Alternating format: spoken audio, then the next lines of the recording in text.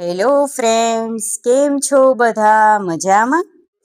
આજે આપણે બનાવશું કોબીજમાંથી અલગ જ પ્રકારનો નાસ્તો, જેને આપણે કહેશું કોબીજની ક્રિસ્પી સ્ટીક. હવે આ કોબીજની ક્રિસ્પી સ્ટીક્સ કેમ બનાવવાની છે એ આપણે જાણીએ. તો એના માટે થઈને આપણે કોબીજ લેવાની છે.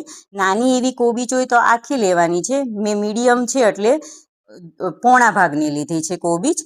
એક અડધી લીધી છે ને એક ચોથો ભાગ લીધો છે. એને આપણે હવે આ જે આગળનો ભાગ હોય છે કોબીજનો, કઠણ ભાગ હોય ને, એને પહેલાં કાઢી લેવાનો છે. આપણે સરસ રીતે બે કોબીજમાંથી એવી રીતના કાઢી લઈશું આપણે, કારણ કે એ ભાગ એમાં વપરાતો નથી. એટલે આપણે એને પહેલાં કાપી લઈશું અને પછી આપણે આ કોબીજને રફલી ચોપ કરી લઈશું, કારણ કે એને ક્રશ જ કરવાની છે એટલા માટે થઈને. જો આમ બે ભાગ કાઢી લેવાના છે આપણે, અને આપણે રફલી એને ચોપ કરી લઈશું. આનો સ્વાદ છે ને મંચુરિયનથી પણ સરસ આવે છે અને બધાને જ ભાવશે. ઘણાને મંચુરિયન ભાવતું નથી, પણ આપણે આ ઘરે બનાવેલું હોય છે એટલે એ બધાને જ ભાવશે. આવી રીતના મેં રફલી ચોપ કરી લીધી હતી કોબીજને. હવે આપણે આ મિક્સર જાર લીધું છે, એની અંદર છે મેં મરચું નાખ્યું છે. એક મરચું લીધું છે કટ કરીને, લીલું મરચું. એની અંદર આપણે એક નાનો ટુકડો આદુનો ઝીણો ઝીણો કટ કરીને લીધો છે. એની અંદર આપણે જીરું નાખશું અને સ્વાદ પ્રમાણે મીઠું નાખશું. આને આપણે ક્રશ કરી લઈશું પાણી નાખ્યા વિના. ચાલો આપણે ક્રશ કરી લઈએ. જો આવી રીતના ક્રશ કરી લેવાનું છે, અને કોબીજ મેં પહેલાં જ ક્રશ કરી લીધી છે. હવે આપણે રેસીપી તૈયાર કરીએ. તો એના માટે થઈને મેં આ 2 વાટકાનું માપ રાખ્યું છે. આ 2 વાટકા ભરીને મારે કોબીજનું ખમણ થયું છે, એટલે આને ક્રશ કર્યું છે એ 2 વાટકા થયું છે, એ લીધું છે. હવે એની અંદર આપણે જે આદુ, મરચું, જીરું ને મીઠું ક્રશ કર્યું હતું ને, એ એની અંદર એડ કરી દઈશું. અને એની અંદર હવે આપણે ધાણા ભાજી લઈ લઈશું ને નાખશું. ધાણા ભાજીનું પ્રમાણ આમાં થોડુંક રાખવાનું, વધારે સારું લાગે છે. આની અંદર ધાણા ભાજીનું પ્રમાણ વધારે હોય એમ, એટલે મેં ધાણા ભાજી લીધી છે 1 વાટકો ભરીને. સ્વાદ પ્રમાણે મીઠું નાખવાનું છે. 1 ચમચી મરચું લીધું છે, કાશ્મીરી મરચું લીધું છે. તમને તીખું ભાવતું હોય તીખું મરચું લઈ શકાય. આ અડધી ચમચી મેં છે એ મરીનો પાવડર લીધો હતો, અને આ મેં ચાટ મસાલો લીધો છે. એને હવે આપણે બરાબર રીતે મિક્સ કરી લઈશું, બધી વસ્તુને, મસાલાને, કોબીજને, ધાણા ભાજીને, બધાને. આને શરૂઆતમાં ચમચીથી જ હલાવજો, કારણ કે કોબીજમાં પાણી હોય વધારે, એટલે વધારે છૂટું પડશે. હાથથી આપણે ભેળવીશું ને તો. એની અંદર મેં થોડાક મીઠા સોડા નાખ્યા છે ને એની ઉપર થોડોક લીંબુનો રસ નાખ્યો છે. હવે જે વાટકીથી આપણે કોબીજ 2 વાટકી ભરી હતી ને, એ જ વાટકીથી અડધું માપ રાખવાનું. એટલે એ 2 વાટકી હતી, તો આ 1 વાટકી મેં બેસન લીધો છે ને આ એનાથી પણ અડધો, ચોથો ભાગ જેટલો મેં ચોખાનો લોટ લીધો છે. ચોખાનો લોટ ઓપ્શનલ છે, પણ ન હોય તોય ઘરમાં આપણે જે સાદા ચોખા વાપરતા હોય એને મિક્સચરમાં ક્રશ કરી નાખવાના. એને કંઈ આપણે બહુ એવું નથી કે કદાચ ફાઇન ચોપ ન થાય, ક્રશ ન થાય, કાંઈ વાંધો નહીં, થોડુંક જાડું રહેશે તોય ચાલશે. મેં ઘરે જ ક્રશ કરેલો છે ચોખાનો લોટ. હવે આપણે હાથેથી બધી જ વસ્તુને સરસ રીતે મિક્સ કરી લઈશું. આની અંદર જરાય પણ વધારાનું પાણી એડ કરવાનું નથી. કોબીજનું જે પાણી છૂટું પડ્યું હોય છે એનાથી જ લોટ બંધાઈ જશે. હું તલ નાખતા ભૂલી ગઈ હતી, એટલે આની અંદર હવે હું તલ નાખું છું. 2 ચમચી જેટલા મેં તલ ઉમેર્યા છે. હવે એને પાછા વ્યવસ્થિત રીતે આપણે મિક્સ કરી લઈશું. અને બહુ ઢીલું લાગતું હોય ને તો થોડોક પાછો ચણાનો લોટ, આપણે બેસન હોય છે, 1-2 ચમચી ઉમેરી દેવાનું, પણ વધારે ઉમેરવાનું નહીં. આવી રીતના આપણે હવે આને મિક્સ કરી લઈએ. ખરેખર આ બહુ સરસ બને છે. મેં ઘરે ટ્રાય કરું છું પહેલાં, પછી જ આની અંદર હું રેસીપી મૂકું છું. જો એવી રીતના લોટ બંધાઈ ગયો છે આપણે. હવે આપણે આ જે ડીશમાં એને એસેમ્બલ કરવાનું છે, એને સરસ રીતે ગ્રીસ કરી લઈએ તેલથી. અને હવે એની ઉપર આપણે પહેલાં તલ છાંટી લઈએ, કારણ કે એક સાઈડ આવે ને બીજી સાઈડ ન આવે તલ, તો ન સારું લાગે. એટલે બધી બાજુથી તલ દેખાય એના હિસાબે મેં થોડાક તલ નીચે પહેલાં પાથરી દીધા છે. ને હવે જે આપણે બેટર લોટ તૈયાર કર્યો છે ને, એ લોટને આની ઉપર આમ થેપી દઈશું. બધી રીતે આમ સરસ રીતે આપણે એને સરસ રીતે પાથરી દઈશું. બસ આવી રીતના બધો જ લોટ છે એને પાથરી દેવાનો છે.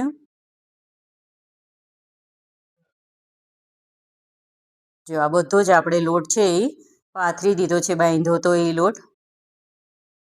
હવે એની ઉપર છે આપણે પાછા થોડાક તલ ભભરાવી દઈશું, એટલે એ ચોટી જાય બરાબર, બફાશે ને એટલે નીચેથી ને ઉપરથી બધેથી તલ છે એ સરસ બેસી જશે, એટલે આપણે જ્યારે આગળ તળશું ત્યારે એ નીકળશે નહીં આમાંથી. બસ જો આવી રીતના સરસ રીતે એને ચોંટાડી દેવાના છે ને હવે આપણે આને સ્ટીમરમાં બાફવા માટે મૂકશું. મેં સ્ટીમર પહેલાં જ ગરમ કરવા મૂકી દીધું હતું. જો હવે એ સ્ટીમ તૈયાર થઈ ગયું છે, સ્ટીમર પાણી ઉકળી ગયું છે. હવે આપણે એને બાફવા માટે મૂકી દઈશું અને આને મીડિયમ ટુ હાઈ લો ઓલા ઉપર જ રાખવાનું ગેસને, અને એવી રીતના એને 15 થી 20 મિનિટ માટે બાફવા દેવાનું છે. બસ જો આપણે હવે જોઈ લઈએ ચપાથી ચોટે છે કે નહીં. જો ચોટતું નથી એટલે આપણું આ જે સરસ જે ઓલું છે એ તૈયાર થઈ ગયું છે. હવે મેં એને કાઢી લીધું છે અને 10 મિનિટ માટે એને ઠંડુ થવા દીધું છે. કોઈ પણ વસ્તુ આવી રીતના આપણે કરતા હોઈએ એને થોડીક ઠંડી થવા દેવાની તો સરસ રીતે નીકળે આ વસ્તુ. બાકી તો શું ઘણી વખત ચોટતી જાય, ગરમ ગરમમાં નીકાળીએ ને તો થોડુંક એને ઠંડુ પડવા દેવાનું 10 મિનિટ માટે. મેં આને 10 મિનિટ માટે ઠંડુ થવા દીધું છે. હવે એની હું લાંબી લાંબી સ્ટીક કાપીશ. તમને ચોરસ ગમતું હોય ચોરસ, તમને જે આકાર ગમતો હોય ને તમને ગમતો હોય ને એ પ્રમાણે કટ કરવાનું. મેં આને લાંબો કટ કર્યા છે, તમને ગમતા હોય એવી રીતના કટ કરવાના. બહુ ઇઝી રેસીપી છે પણ સ્વાદમાં બહુ જ સરસ લાગે છે અને અલગ લાગશે તમને લોકોને. આ ક્યાંક તમારે બહારગામ પણ લઈ જવું હોય ને તોય સારો પડશે આ નાસ્તો. આ જલ્દી ખરાબ નથી થતો, કદાચ તમારે 2 દિવસ ખાવું હોય ને તોય ખાઈ શકાય આને.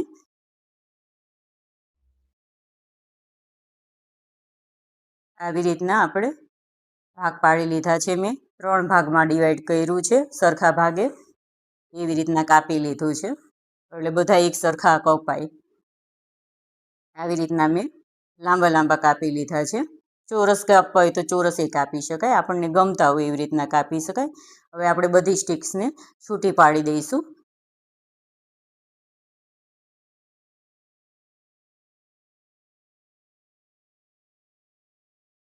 આવી રીતના બધી જ સ્ટિક્સ આપણે છૂટી પાડી લઈશું.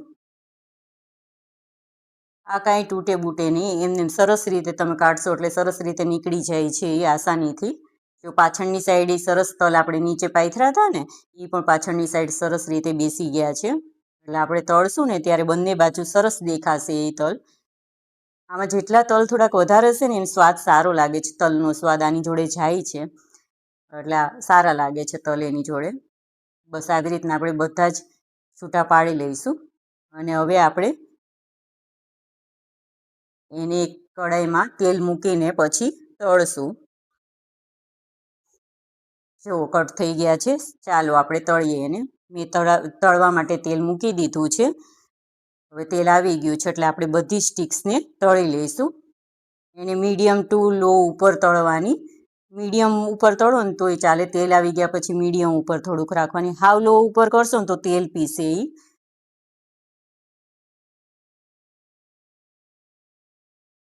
સેલો ફ્રાય કરવી હોય તો એમ પણ થાય. મેં ડીપ ફ્રાય કરી છે એને. જેટલી સમાય એટલી નાખી દેવાની એની અંદર તળવા માટે થઈને. અને બહુ સરસ ક્રિસ્પી બને છે આ નાસ્તો. બસ આવી રીતના બધી જ આપણે નાખી દઈશું અને એને તરત હલાવવા નહીં માંડવાનું. એને થોડીક વાર ચડવા દેવાની. ઉપર આવી જાય બધી સરસ રીતે પછી એને હલાવવાનું. બસ આમ ઘડીક વાર એને રહેવા દેવાનું પછી જ હલાવવાનું એને. સરસ રીતે બધી જ ઉપર આવવા માંડી છે આપણી સ્ટિક્સ.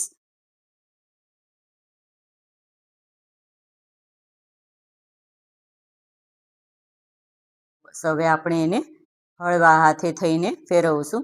આ કાંઈ તૂટતી નથી, કદાચ તમે ઓલી રીતના પણ કરો ને તો કાંઈ બીક જેવું છે નહીં આની અંદર.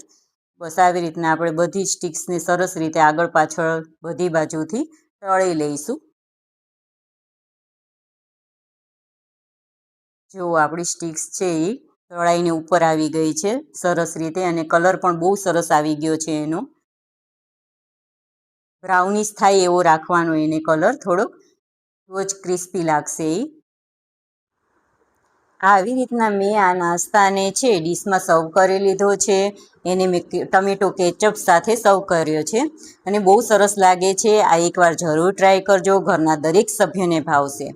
જો તમે મારી ચેનલમાં નવા હોય તો મારી ચેનલને સબસ્ક્રાઈબ કરજો, વધુને વધુ શેર કરજો. આવજો બધા.